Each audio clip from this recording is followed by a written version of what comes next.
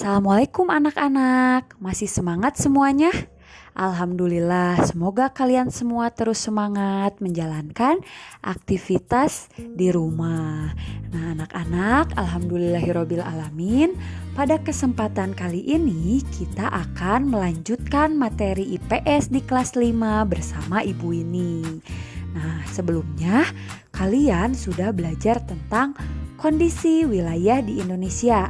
Kalian sudah tahu ya kondisi iklim yang ada di Indonesia serta pembagian wilayah waktu yang ada di Indonesia.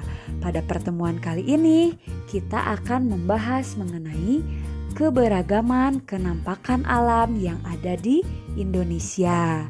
Ibu harapkan setelah pembelajaran ini selesai, anak-anak semua dapat mengetahui keberagaman kenampakan alam yang ada di Indonesia. Nah, anak-anak, keberagaman kenampakan alam di Indonesia itu dibagi menjadi dua bagian ya.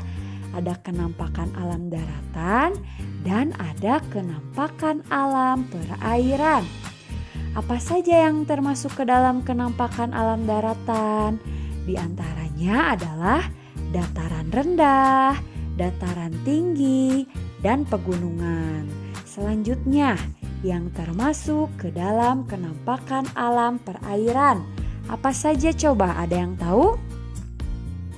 Ya, yang pertama ada sungai, kemudian ada danau, kemudian ada laut, dan yang terakhir adalah selat. Baik, Ibu akan membahas terlebih dahulu mengenai kenampakan alam daratan. Yang pertama yaitu dataran rendah. Indonesia adalah negara kepulauan yang mana hampir seluruh wilayah Indonesia itu memiliki daerah dataran rendah. Nah, dataran rendah ini adalah hamparan tanah yang luas dengan ketinggian antara 0 sampai dengan 200 meter di atas permukaan laut. Selanjutnya yang kedua, dataran tinggi. Apa itu dataran tinggi? Dataran tinggi adalah dataran luas yang terletak pada ketinggian lebih dari 700 meter di atas permukaan laut. Selanjutnya ada pegunungan. Pegunungan adalah kumpulan dari beberapa gunung besar serta kecil yang memanjang dan menyambung. Sedangkan gunung itu sendiri adalah permukaan bumi yang menjulang lebih tinggi dari wilayah sekitarnya dengan ketinggian lebih dari 600 meter di atas permukaan laut. Nah, selanjutnya adalah kenampakan alam perairan. Yang pertama adalah sungai. Anak-anak, Indonesia memiliki banyak sekali sungai yang tersebar di beberapa wilayah yang ada di Indonesia ya.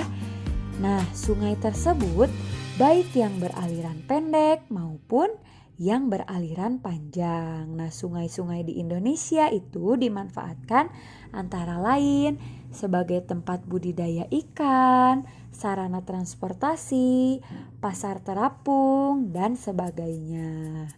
Kemudian, contoh sungai yang ada di Indonesia antara lain yaitu Sungai Bengawan Solo yang berada di Jawa Tengah.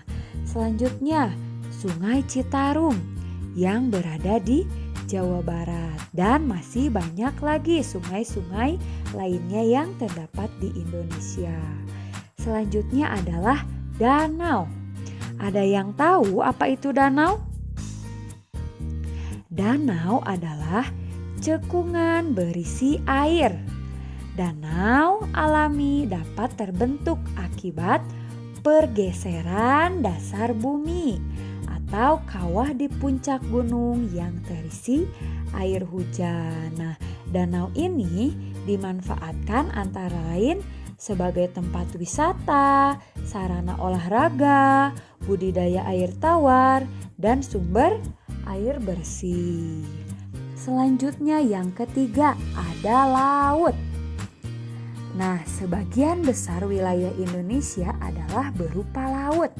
Laut-laut itu terletak di sekeliling wilayah kepulauan Indonesia.